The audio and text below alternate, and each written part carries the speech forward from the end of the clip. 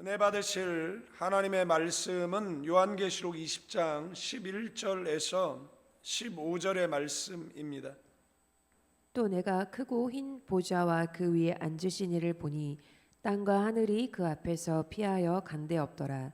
또 내가 보니 죽은 자들이 큰 자나 작은 자나 그 보좌 앞에 서 있는데 책들이 펴 있고 또 다른 책이 펴졌으니 곧 생명책이라.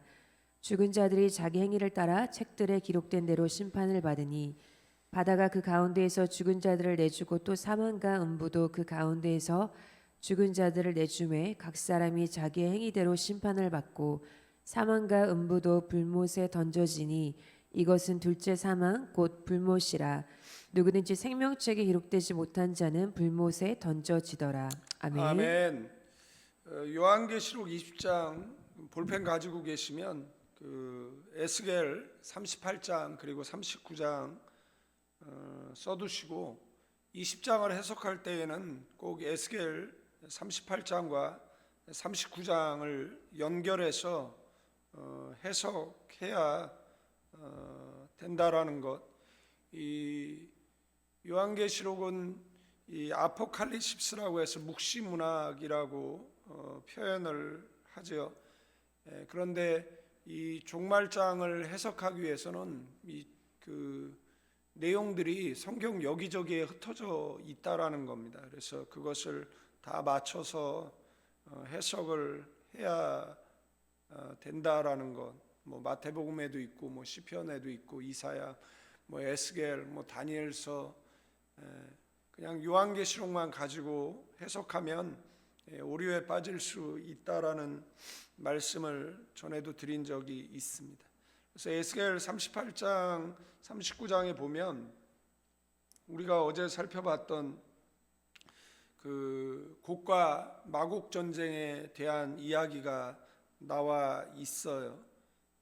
그래서 에스겔 38장 그 39장은 그 종말 전쟁 예언으로 보고, 그 다음에 하나님을 대적하는 세력이 마지막에 하나님의 백성을 공격하지만 결국 하나님께서 직접 개입하셔서 완전히 멸망시키는 사건으로 묘사되어져 있습니다. 그래서 여기 곡이라는 이름이 등장을 하는데, 곡은 특정 인물의 이름이라기보다는 하나님의 백성을 공격하는 그 마지막 대적자의 그 대표적인 그리고 상징적 지도자로 이해한다라는 것이고, 성경은 그를 마곡 땅의 왕이라고 에스겔 38장 2절은 부르고 있다라는 것. 마곡은 곡이 속한 그런 지역 그리고 그의 세력을 가리키는 표현이죠. 역사적으로 보면은 어제 말씀드렸던 그 북방의 이방 민족을 가리키는 이름으로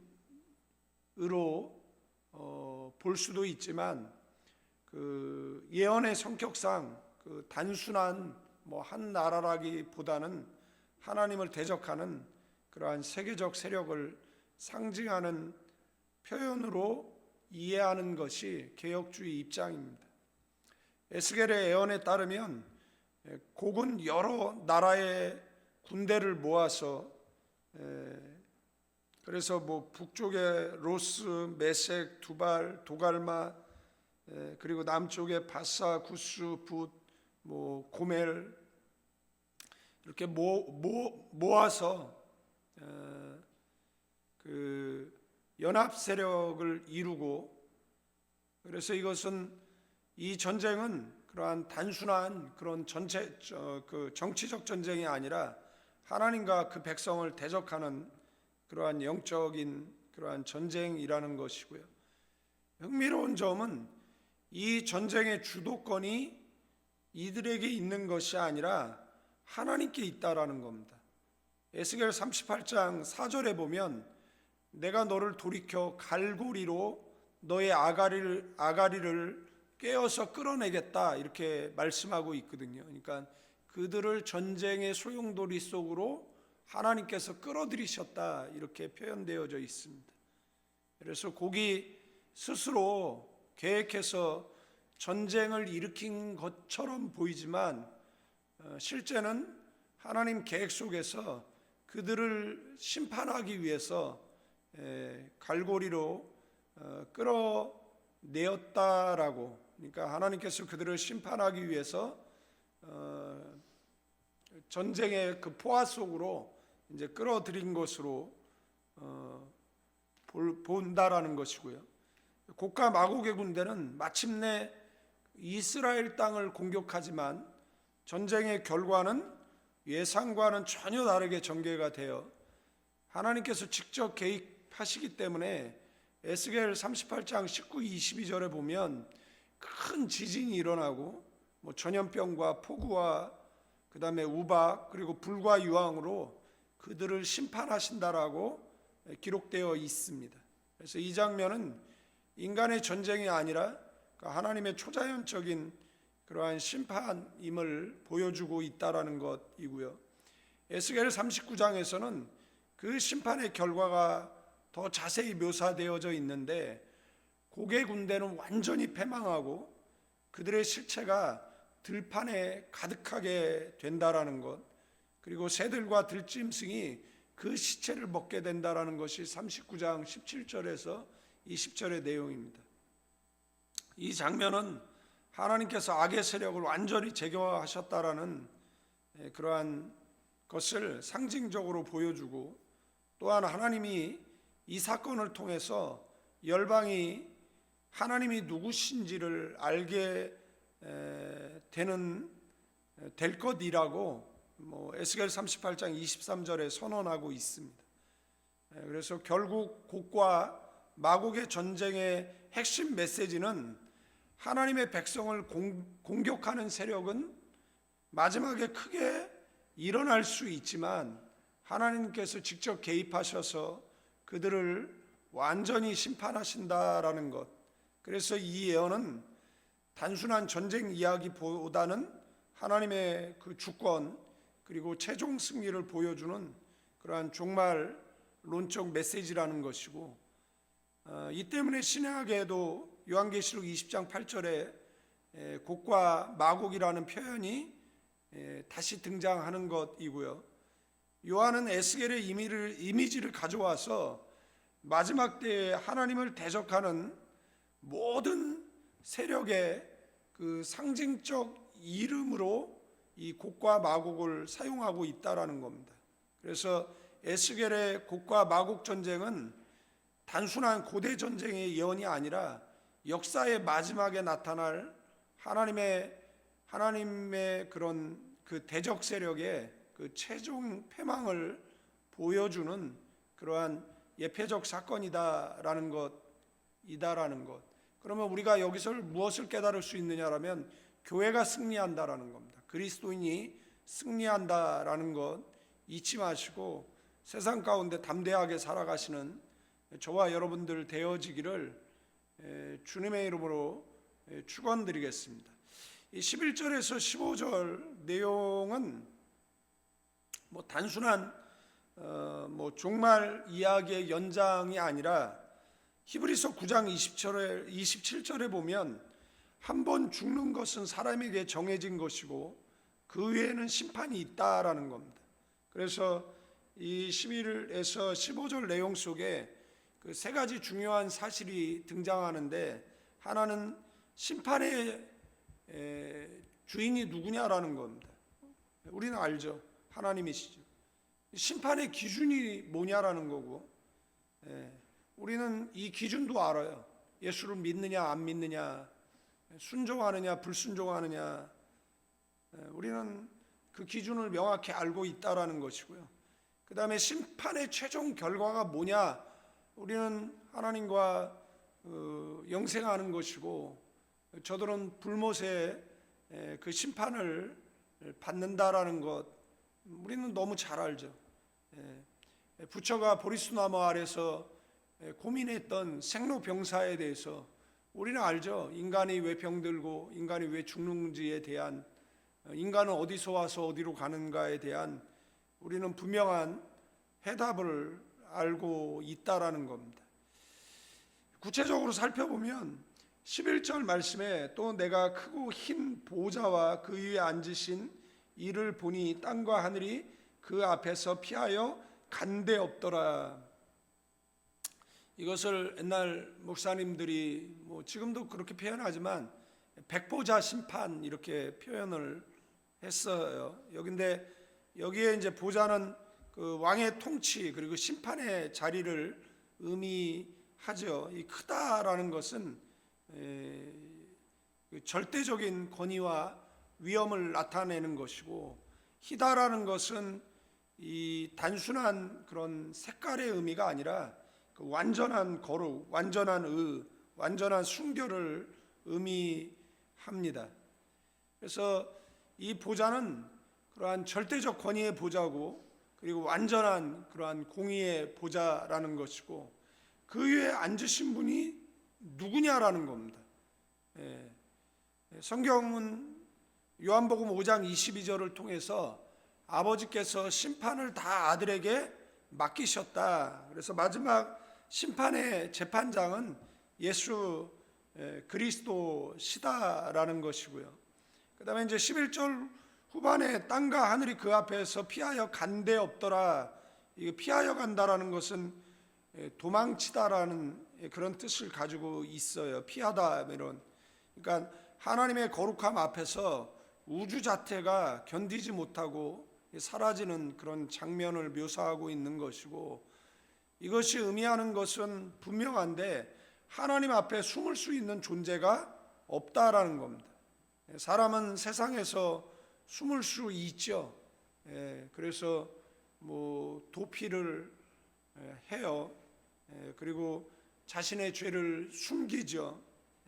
사람을 속이기도 합니다. 그러나 하나님 앞에는 모든 것이 다 드러날 수밖에 없다라는 것이에요. 이 심판은 그 사람이 기준이 되는 것이 아니라 하나님의 기준이 되는 것이죠. 사람은 뭐 법망을 피하고 유죄 판결을 안 받으려고 뭐 공소를 기각하고 그렇지만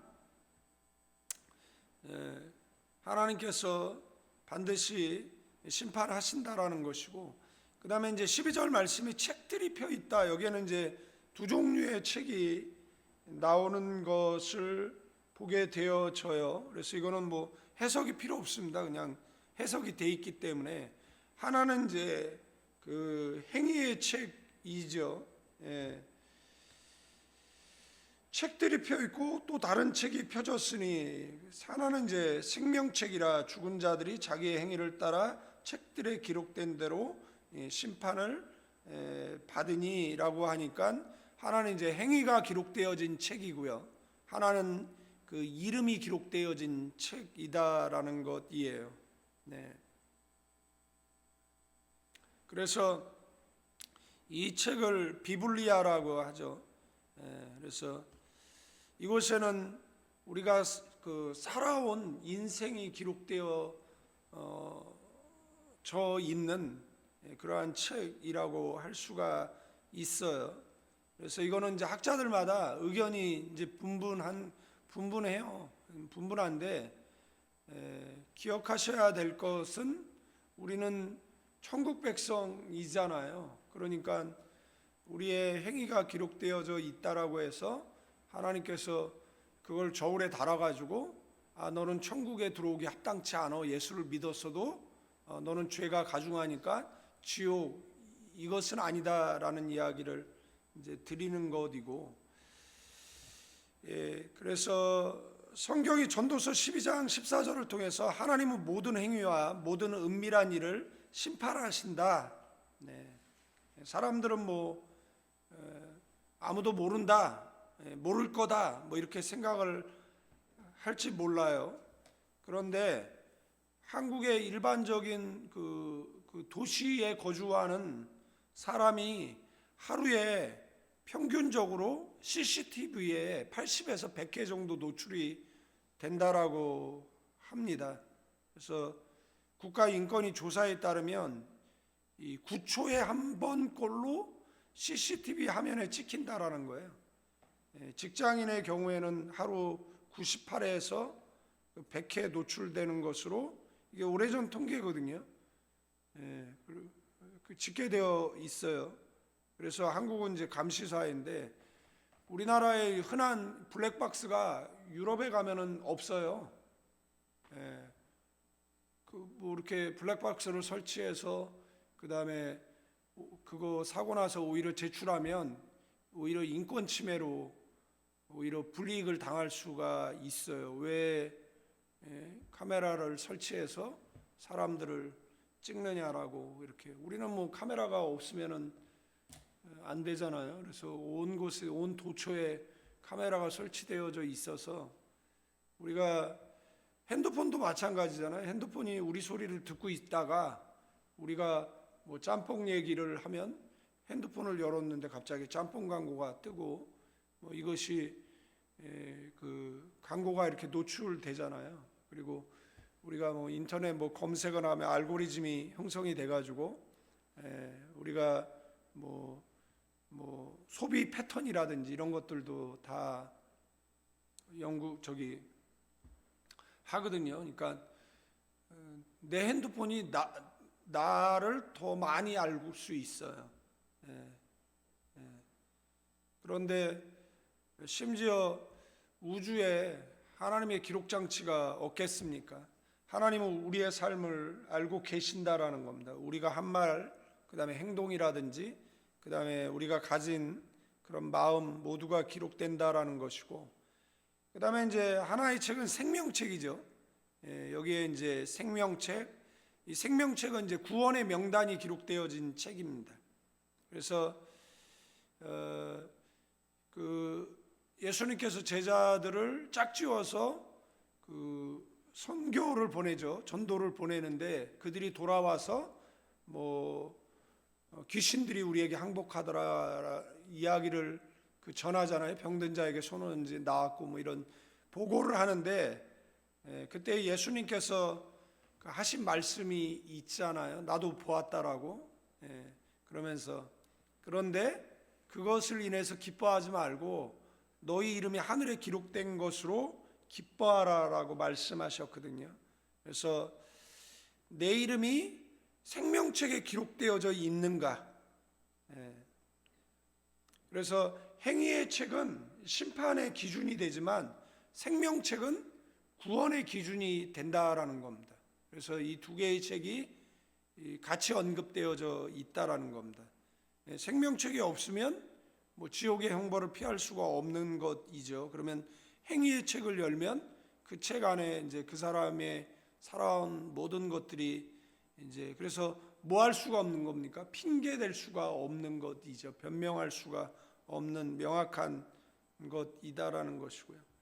14절에 사망과 음부도 불못에 던져지니 이것은 둘째 사망 곧 불못이다. 여기에 이제 둘째 사망이 등장을 하거든요. 그러니까 두 번째 죽음, 그 다음에 영원한 심판이에요. 그래서 그런데 그래서 이 사망, 첫째 사망은 이제 육체의 죽음이지만 둘째 사망은 그 영원한 그 지옥이에요. 그러면은 근데 이것을 과거에 성경을 해석을 잘못해 가지고 뭐 우리가 그 육체적 죽음 그 다음에 또 죽음을 맞이하는 것이 아니잖아요. 이게 여기서는 죽음이라고 표현되어져 있지만 이거는 영원한 지옥 형벌을 이야기하는 겁니다. 그러면 우리에게 둘째 사망이 있냐? 없다라는 거죠. 왜냐하면은 우리는 영원한 지옥의 형벌을 받을 사람들이 아니잖아요. 그러면 누가 불못에 던져지냐? 이게 불못이라는 게 이제 불의 호수거든요. 영원한 심판의 장소인데 그 인생의 마지막 결론이죠. 그 지옥의 형벌을 피할 수 없는 사람들의 누가 가느냐라고 얘기했을 때 15절은 누구든지 생명책에 기록되지 못한 자는 다 불못에 던져지리라라고 이야기를 합니다. 그러니까 부활이 하죠. 그러니까 우리도 부활하고 그 다음에 이제 지옥 갈 자도 부활을 해요. 예.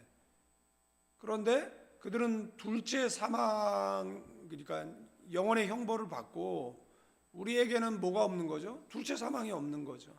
예. 그래서 이들이 어디에서 죽었던지 간에 하나님께서 그들을 다 부활시켜서 그 다음에 뭐 하는 겁니까?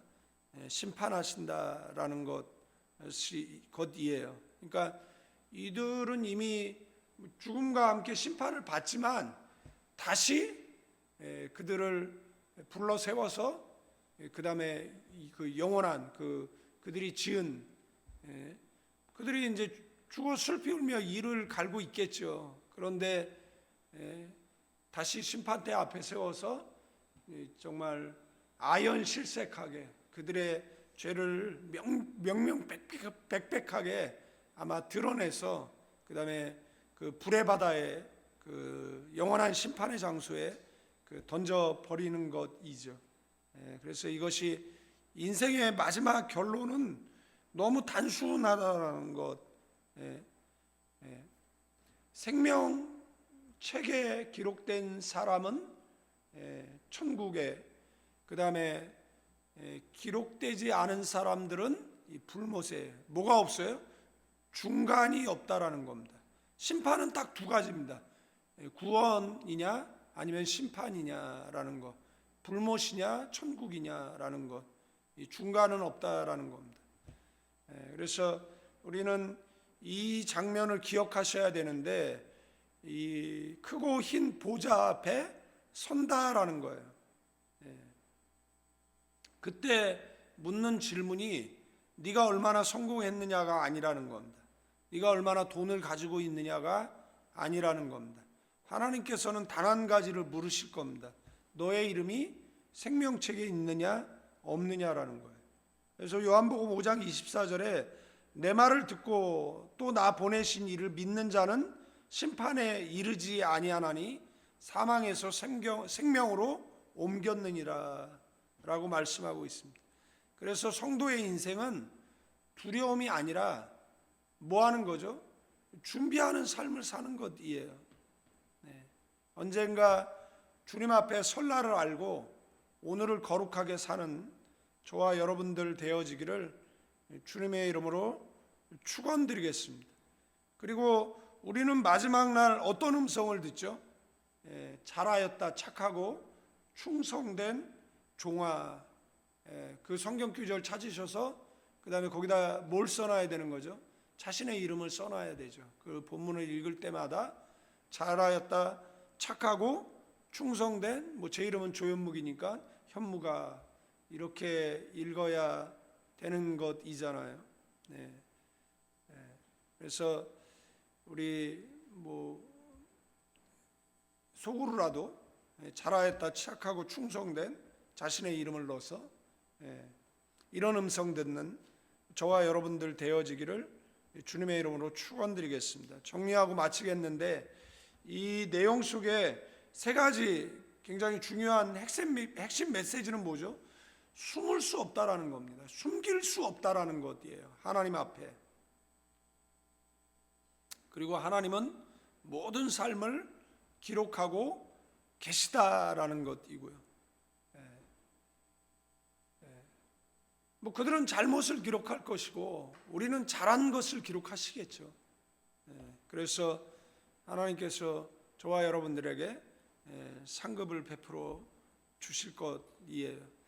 세 번째는 마지막의 결론은 뭐죠? 생명책이라는 거예요. 그래서 성도의 삶은 오늘 하나님 앞에 사는 삶인 줄로 믿습니다.